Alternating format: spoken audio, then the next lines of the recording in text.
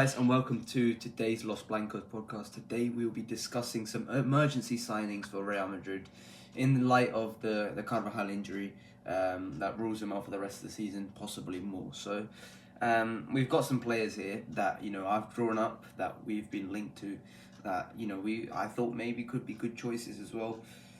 Overall, just some really good players in here that I think we should consider. I mean, this is a market in which defensive players aren't really easy to find. There are lots of good defenders.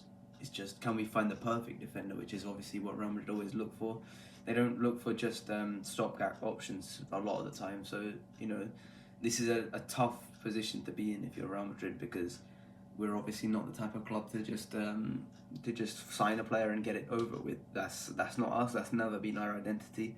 And so this is a tough filter to fill. We were really struggling for options right now. So this is something we have to consider. I mean, for me, what I looked for right backs, and right now the right back market, as we know from all of our searching the last few years, to all of our podcasts where we discuss the right backs, it's a very, very thin market. And so there haven't been many right backs. The main solution I have right now is I suggest a couple centre backs, and therefore that gives us a little bit more freedom to put, let's just say, Eder Militao playing at right back. It allows us a little bit more freedom if we sign a centre back, for example. So what were your thoughts on the defensive issues right now, and how important is it to sign a player?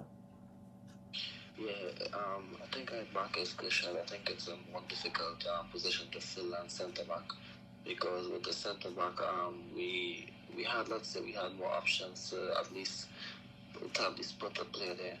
For example, Chouameni.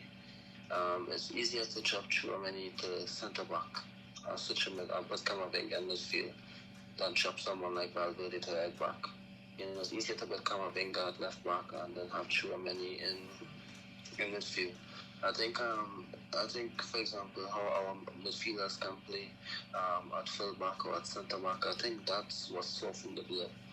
But moving Valverde out of midfield for me is a bit tough. For example, last year we had Toni Kroos when we moved Camavinga out of midfield. So you could have made those adjustments. Last year, the season before last, we had a lot of other midfield options. Toni Kroos is good. Valverde, Modric was a bit younger. So of course, moving these guys out of midfield, of course, was the least in our depth. But we had options this season. If we move Valverde out of midfield, I think it's a tough ask. So just Lucas Vazquez, moving Militao to right back, he's the right back, he can play there, but it's not an option for me. I don't think it's a good option. I don't think he's that good of a right back. Even Rudiger can play there, but you're not getting their best qualities if you just put them there. It's going to affect our system, of course, simply because that we are so dependent on the left side that only Lucas Vazquez and Valverde can play in that position, in my opinion. And of course, if you move Valverde out of midfield, it's going to hinder us a lot. So, well, unless we make some slight tactical adjustments, but for me, only Lucas Vazquez and Valverde should be considered as full back. And of course, you know how important Valverde is in midfield. Hence we will need a signing, not a centre back, in my opinion, we need a right back. Because with the centre back, I think we can accommodate for that. I think it's more difficult to accommodate for a right back, especially if something happens to Lucas. Yeah, I mean, in terms of the options we have, it's very, very thin. And you mentioned, I don't want Eder Militao playing right back, but we know that he can do it. And in terms of that, we can push Germany at centre back. You can put Rudiger at centre back, and it's definitely a better option. Lucas Vazquez, listen, I trust him, but I don't trust him at the same time. Playing so many games. He's older than Carvajal, and that could hurt him quite a lot. But there is something we have to remember, where in the 2021 season, when he was, of course, a little bit younger, he put in that season where he was so fantastic, and he made us all proud of that season until he got injured. So there's the other option is looking to Castilla, but right now Castilla is very thin in terms of options overall. But in right back particular, there's a guy of Jesus Fortea who plays for the under-19s, Arbeloas under-19s. He's a bit raw, and I don't think Ancelotti would ever consider using a Castilla player in this current situation. So especially the fact that it's just not a really a great right back options right now at Castilla. So I wouldn't look at Castilla as a glimmer of hope, to be honest. But yeah, I mean, in terms of this list that we got in front of us, there is no Trent, there is no Hakimi. Let's say this is more just realistic players because Trent's impossible in January. You cannot sign him in January. So these are all more realistic signings that we can perhaps make. So let's begin and start with the first name on the list. Jonathan Tah from Bayer Leverkusen is probably the strongest link we've got right now. There's a lot of talk about Tah, and I expected him to go to Bayern last summer, but he didn't. He's 28 years old. He's got 6 months left on his contract in January, so next summer his contract expires. And we know what Jonathan Tah is good at. He's been around the block for a while now. He's really good on the ball. He's good in the air. He's just a solid centre back. He's not remarkable in my opinion, but he's a solid guy. And obviously he's a German international. He's played for Germany for a couple of years now, and I just think if you want someone who's a bit more stable, you can put the centre back, and he won't cause any issues. But neither will he light anything on fire. I think Jonathan Tah's fine, and the fact that his contract's running out, and the fact that there was a lot of rumours about him leaving last summer, he would probably be quite cheap. I would say if you wanted him in January, I think you could get him for less than 20 million. I think that's a pretty good option, to be honest. I don't see too many negatives in signing Jonathan Tah, apart from the fact he's 28. But if you're paying such little, then I don't think there's too many issues in signing Tah. So yeah, what are your thoughts on Tah? Yeah, of course, he came off from an excellent season. Of course, it's going to give us more options. The centre back is going to give us more defenders, more bodies. I already said that due to the fact that our right back, I know he's not going to play right back, maybe another time I play just another option at centre back, or we would have to try playing him a bit deeper and then having our left back be more attack minded, because the fact that our right back cover has to be going up and down the pitch every game, so that's why it's only Vasquez and Valverde can play it. But in terms of Tah as a centre back, I like him a lot. He's a physical guy, he understands the game well. I think he improved a lot from past seasons, and he has a lot more experience and composure now. So it's of course, when the German media links us to a player, most of the times we have to wait an extra couple of weeks for confirmation that we actually won that player. But the links are reliable from the sources from the sources that posted it. So we would have to wait and see what's going on. But he is, in terms of centre backs, he is a solid option for us in terms of the centre back position. So yeah, I would definitely support the signing as one of our centre backs. And it gives us more depth. We don't have much centre backs. Due to the Jesus Peleo situation, he isn't at his best right now. So that's why we would need another centre back. Yeah, I mean, I just see no negatives with this, and if we signed him, I wouldn't be unhappy at all. I think it's completely a fine signing and nothing else. I think I'd be happy with this, and I think most Madridistas would be happy as well. The next player is his Bayer Leverkusen teammate. This is one I picked out, not a rumour, but I think Piero Hincapié would be a good option at centre back. He's obviously a lot younger than Jonathan Tah. I think he's 22 at this point. I just really like his attributes. He's a very, very good ball player. He can play left back as well as centre back, so he's good on the ball and he can run off the pitches, all that stuff.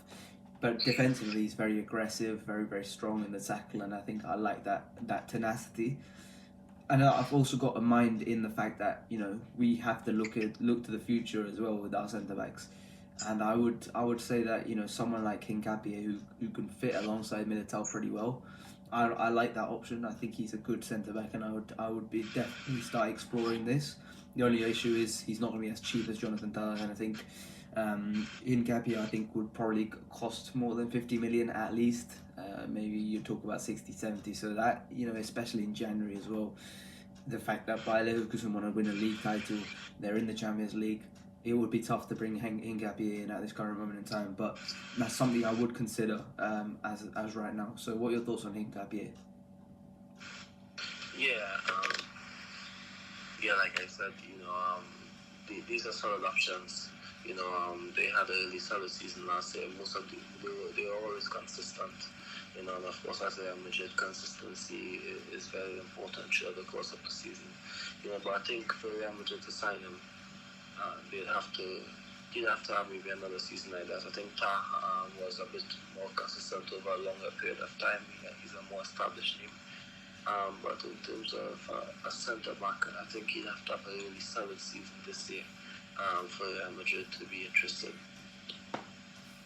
Yeah, I mean, there's points at which he struggles for game time, but I just think I see a lot in him, and he plays really well for Ecuador as well. So I see a lot in him, but I doubt they're going to sign him in January. But the next player is someone who I think there is a good chance of Real Madrid actually signing, because last year there was a huge amount of links in a short period of time. There was just a quick escalation of rumours, and that was with Juanlu. Obviously, Sevilla right back, 21 years old. I think he's a really good, well-rounded fullback. I don't think he's remarkable. I don't think he's Trent by any chance, and I don't think he's going to be some world-class right back by the end of his career. But for me, I just see a guy who's really good defensively. He's in the top 2% for tackling, which that's pretty damn impressive. He's good on the ball, and he's solid enough. He used to play as a right winger, so he's solid enough to get up the pitch and to put in the crosses himself. And I just think he isn't remarkable, but in terms of signing a guy right now, I think he's solid. I think he's very much solid. And in terms of if we look to the future, we're obviously talking about Trent quite a lot. Lucas Vazquez is 33 and Dani Carvajal is 32. We have to start looking to the future, and this guy could be the future, backup right back, I think, behind Trent. And I think he has everything that we need for a backup right back. I don't think he would cost too much. Sevilla are in no position to ask for, huge amounts of money. I think we could probably get him for 30 million in January. I would like this signing. I think he's again, same thing as Jonathan Tah. I wouldn't mind signing either of those guys. He obviously addresses the position directly, which is a huge thing for me. And he's obviously a lot more physically capable than Lucas Vazquez at this point, which is just fair enough. Lucas Vazquez 33. So, yeah, I mean, what are your thoughts on Juanlu? We talked about him last year, I think one time towards the end of the year. But, yeah, I mean, what are your thoughts on him? Yeah, solid option. I don't think, for example, that Real Madrid might be serious in pursuing him. Especially at fullback, in my opinion, and I think the reason for that is because when Madrid have a long-term target at right back, they're going to wait for that option, and they're going to try and find a way to survive this season. So that's the tricky part.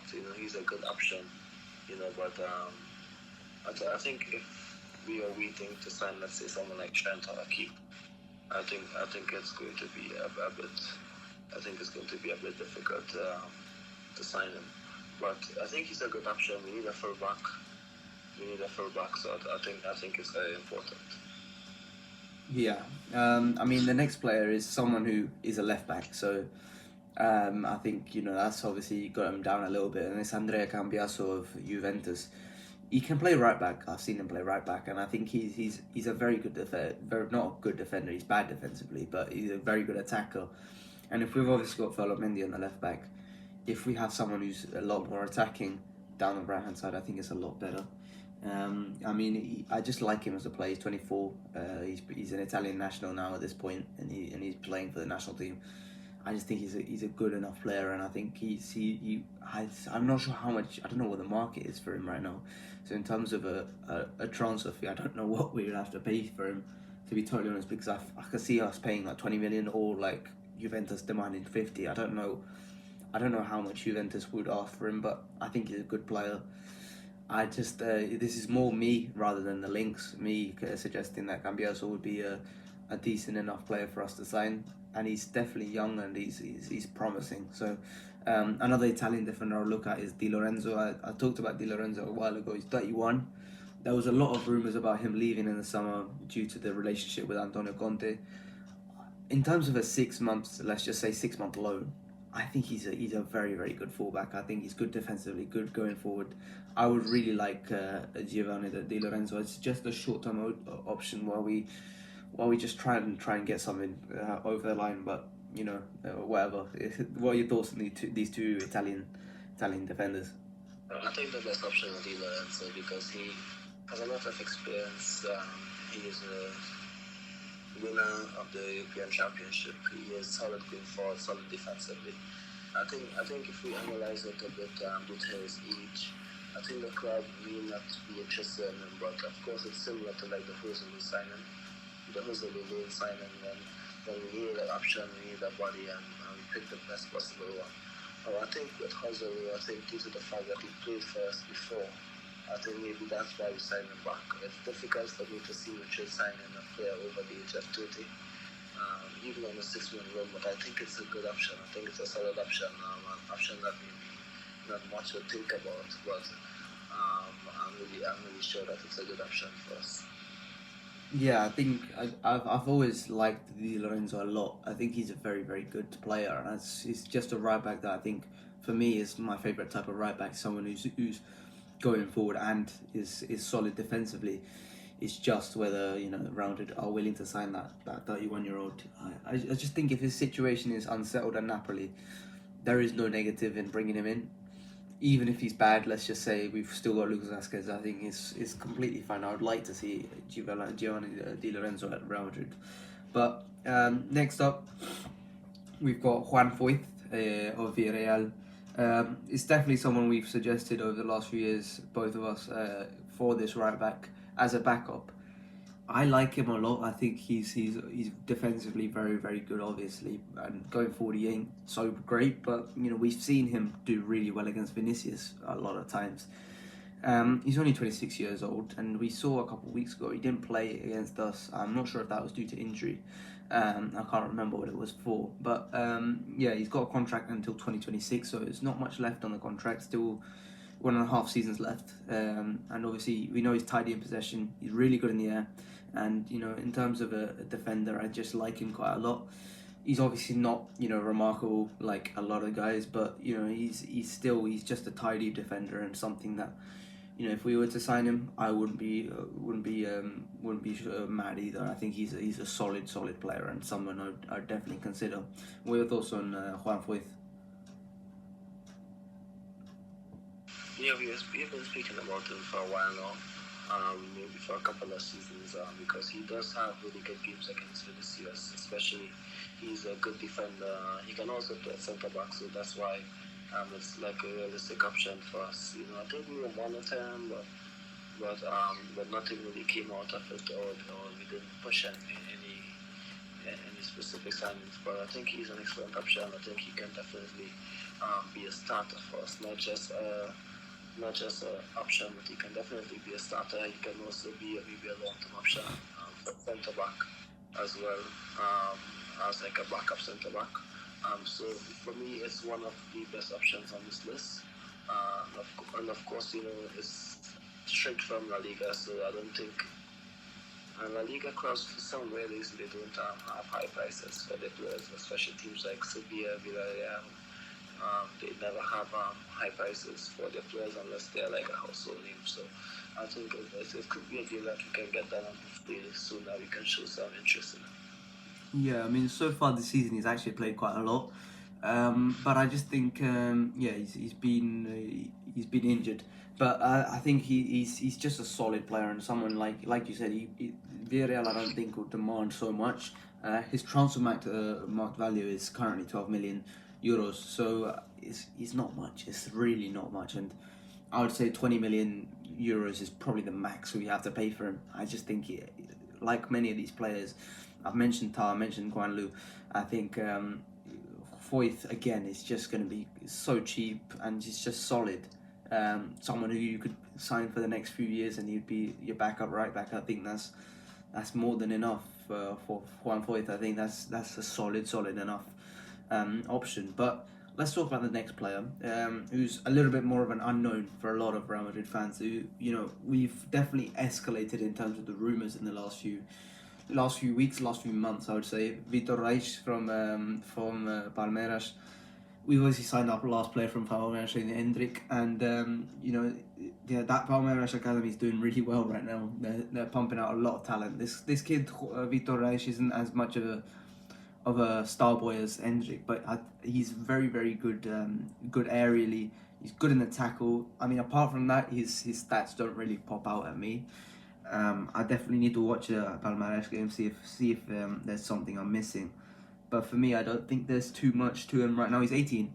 I must say that. Like he's obviously very good because he's making his way into the first team relatively quickly. But what I will say is that he isn't shown as much as Hendrik did at his age, and so I wouldn't be so quick to sign him. The one advantage I think he has over other players is the fact that in terms of if we signed him in January, it will be the end of Palmeiras' season, and so therefore we're probably gonna have to, it's not causing them issues. It's not causing Palmeiras issues. It would be like signing them, signing someone in January, in June for if they're a European club. So it's end of the season for them. That ain't gonna cause that many issues, and that therefore it won't drive up the price.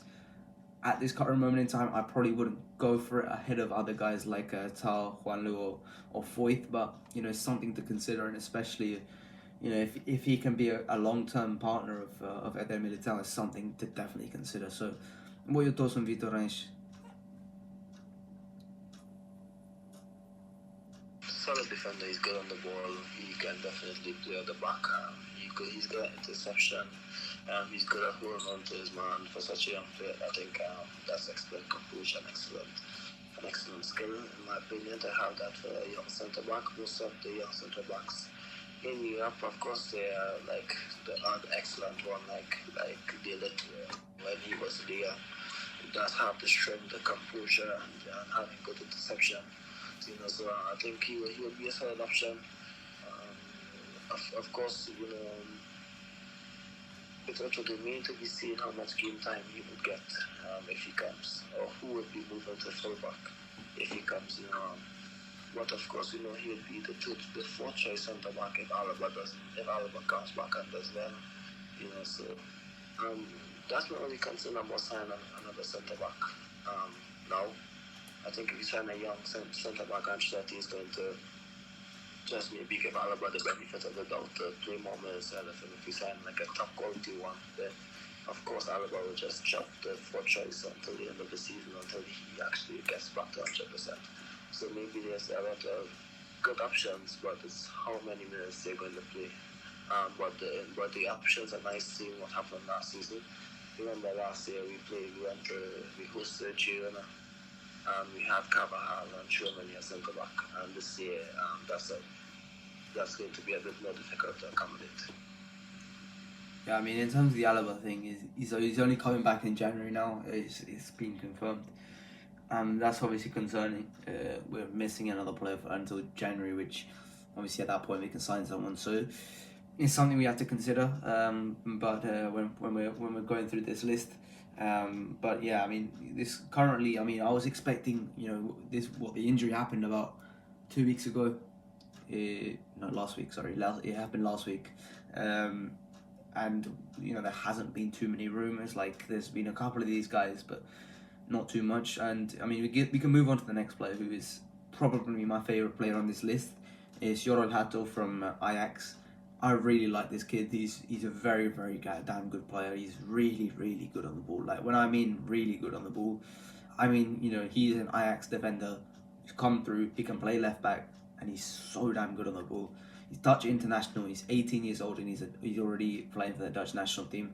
And I just think that shows you everything you need to know. He is a terrific athlete. He's good on the ball. He's good defensively. There is literally no negative to his game. And when we were considering Lenny Yoro in the summer for the centre back role. I think the main positive of Lenny Yoro was the fact that he complemented Eder Militao and Rudiger really damn well. I think Yoran Hato does as well. I think both of this guy is very very damn good. He's so talented. I really do like him. I think he could be a very very damn good player in the future. And for me, in terms of a long term solution for the centre back, I think this could be the guy. He's obviously going to cost quite a lot, and I don't think it's a January solution as much unless Ajax is nice to us. But in terms of the future, I think 70 million, and he could be ours, and I think that would be a pretty damn good bit of business, to be honest. I think he is that good. So, what are your thoughts on Yoran Hato?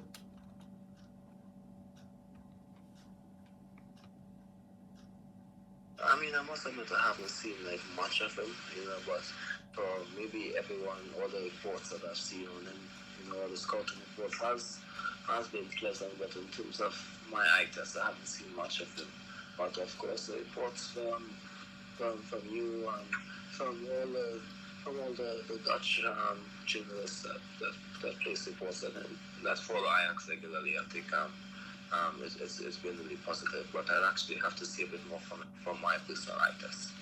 Yeah, I mean, in terms of like the Ajax, he is a captain. He's been captain for Ajax already. So this is like Matthijs de Ligt at that age as well. So I just think he's a very very damn good player, and I think in terms of the complement to Militao, I think he's very very damn good as well. So I would like to see him at Real Madrid. He has signed a new contract recently. I can't remember when it was. Until I'll have a quick look now. His contract expires in 2028. So obviously that's a little bit worse, but what can you do? Still, I'd really consider this. I just think his value's only going to rise from now. Other teams are going to be interested in him, and I just think we can't lose out on another amazing talent. And I mean, in terms of other talents we've discussed over the years, Antonio Silva hasn't really. He's taken steps back. In fact, in terms of his development, Ousmane Diomande and Gonzalo Ignacio from Sporting, both of these guys are really good defenders. I just don't know if they're. I'm not 100% sold on both of them in terms of Real Madrid. And then I mean, apart from that, who else is there? Anyone else in terms of the centre backs? Well, I'm not sold on them in relation to the cost.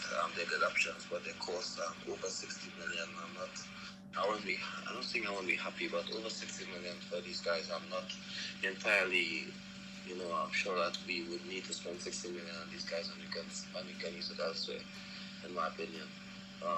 Anyone else? The centre back market, I have no idea why it's getting so expensive. I think Van de Ligt would have been a good option. Yes, he's having a bad time, but he would have been a solid option for us. I actually prefer de Ligt over Antonio Silva and Ignacio, in my opinion, because of his experience, because of his leadership qualities. I think he's a young centre back who maybe similar to Rudiger and is maybe going through a difficult time. But I think he'd have been a good option for us. In the centre back market, in terms of available options right now, that we can sign in January, like top options, I think it's difficult to get on. I think Liverpool signing Van Dijk in January was out of context, out of the ordinary. So for us to sign a top centre back, it's so unlike us to sign anyone in January, and to sign a centre back would be a bit more difficult for me. Yeah, I mean, you carry on. Yeah, in terms of a right back, I think the only option I can maybe see is us maybe taking back Vinicius Tobias in a 6-month loan. I think that's the only option right now in terms of the available options that we will see long term, because I think signing him on a 6-month loan is a low risk deal, because I think of all the options in Castilla, he's better than all of them, and none of them are ready to play. So for me, he played in the first team last season. So me, as a backup to Lucas Vazquez, would be a good option, especially for these La Liga games. When you're playing, let's say, Alaves at home Balladola at home. You need these attacking players, and I think he's a good option. So I'm just giving out the kind of profile that we can be after. You know, so centre back difficult, right back difficult, left back. We don't need a left back, and we have options at left back, for example, like Miguel Gutierrez. So I think that's the easiest position. Camavinga can play there, and you can put Sherman in midfield. But even Valverde out of midfield to put him in right back is going to be a bit more difficult for the team, unless you adjust the system a bit. You know, but signing a centre back, I can't think of anyone. Any top option that we can realistically sign. In my opinion, you know, it's difficult to find someone who can come in. Maybe we can look at Chelsea. Chelsea always have options. Yeah. But they have good options and who they're not playing. Who can really make an impact elsewhere. You know, so maybe a guy who I like a lot is actually Ben White, in my opinion, because he can play centre back and right back, and he's good on the ball. He can do the inverted full-back stuff. So it's definitely a good option. There's top options in England, Nico Lewis, but he's never leaving now. But Ben White is a good option for me for the future if we maybe in the summer, you know, especially if Arsenal sign another centre back or another full back, you know. But there's many options for me. So that's why we suggested that Vinicius to buy a 6-month loan deal. But other than that, it's a risk case. Yeah, I mean, in terms of Vinicius Tobias, I had a quick look just now. He hasn't played much for Shakhtar, but when he's played, it looks like he's doing well. He's played in 3 games and he's got 2 assists, so that's pretty impressive. But you know, it's still the Ukrainian league, so I don't know how much you can trust that. But apart from that, I think I've left off the final name, which is Sergio Ramos. And obviously, if we were to sign Sergio Ramos, theoretically, he could come in on this very day. He's when you can sign free agents at any point, you can register them at any point, so you don't have to wait until January. That's the positive for Sergio Ramos. And at this point where he's not got a club, is he going to say no? Is he going to say no to a backup role? I don't think he is. 6 more months with Sergio Ramos, is that the worst thing? I think he could be a good option, but you know, I don't think Florentino Perez would consider bringing him back after how it ended. But what can you do? I don't think Sergio Ramos is really a practical option. And then the final one I just thought of just now is João Mario from Porto, who's definitely someone I thought of over the years. I think he's a very good right back, and he's obviously played for Portugal now as well. I think he's good defensively, despite being a winger in his past. I think he's very good at going forward. And I know he can defend in a team in terms of a block, because he's played so well for Sergio Conceição over the years. So yeah, I think those are the final 2 options for me. What are your thoughts on Sergio Ramos and João Mario?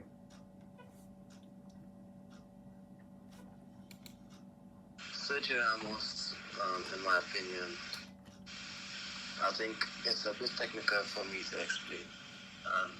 The reason is because I think when you have a chapter that's closed and you have a player who has such a big legacy at the club, he's going to come back, and yes, he had a good performance against us last season. What I can remember, he had a good season overall.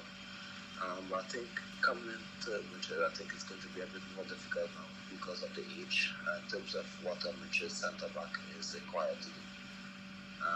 I think he can be a success that will put it at maybe Atletico Madrid. I know he's not going to be, I'm just making it easy. But the back line is a bit deeper, and you can focus a bit more on defending and your positioning and your interceptions, the experience, leadership skills, etc. In a team like Atletico Madrid, yes. You know, a team that maybe sits a bit deeper, yes. But in terms of Madrid, when you're always exposed, I think it's the reason why I didn't want him back in the first place, because that's what he's going to have to do, and it's going to be difficult for him. He's going to struggle sometimes, and I'm not saying he's going to damage his legacy, but I'm saying that it's not going to be the same Sergio Ramos at that age. That's the same perception I had with Bayern, because yes, he could have still done it. He did it last season sometimes, but of course, he's going to put a lot of a strain on his body and he would have been injured a lot.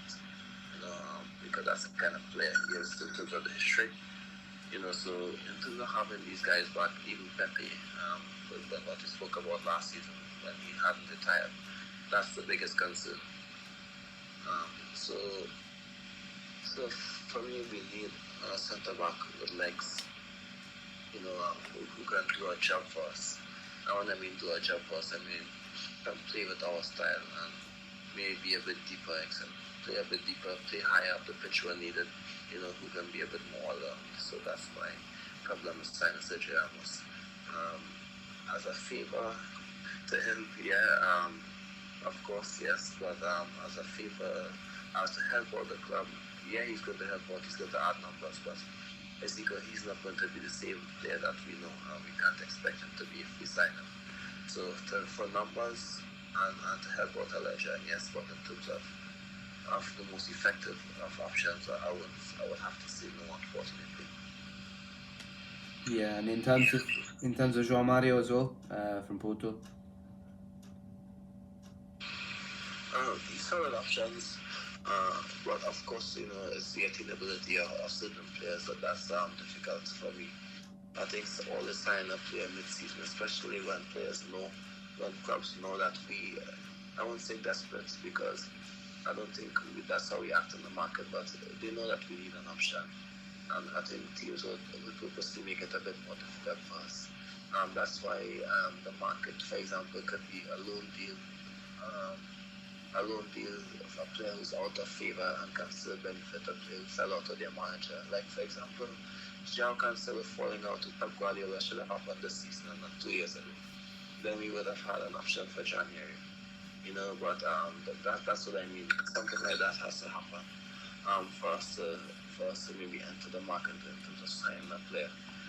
And for example, signing a player means I think the club would want a short-term option or like a centre-back who can play there where we can place him back as centre-back when we do sign the right back that we need. Similar to what we did with Mbappe and the striker position when we signed Joselu, different player, but it's just some numbers to get us going for the season. I think they might just sign if we do sign someone in a couple of months, they will just sign anyone, like any player, and then how much that it would cut the system or make it fit into the system. It's not going to be a strategic signing where they take the long term that this player would fit in. At fullback, I think they're just going to sign someone randomly and how much that it would cut like he did at Joselu last year. Yeah, and that is my biggest worry because it hasn't bitten us so far. It's worked so far so well, but eventually your luck's gonna run out, I think. And if we keep playing this game where we go into it with two centre backs, one right back, it's gonna hurt us. Running the rest of the season with the 33-year-old Lucas Vázquez and Militao and Antonio Rudiger playing absolutely every single minute of every single game. It's going to hurt us eventually, and I don't know if it's going to happen this season. Maybe we get lucky once again, but I don't think, if I was in charge, I don't think I would want to. I would want to allow that to happen. I just think you've just got to sign someone just to reduce the workload of these guys. But I'm not a professional footballer. I'm not a director of football. I don't know how these things work, and technically it's worked so well for us so far, so I can't criticise whatever they do until it stops working. So that is it for today. Obviously this is the international break and no football games right now.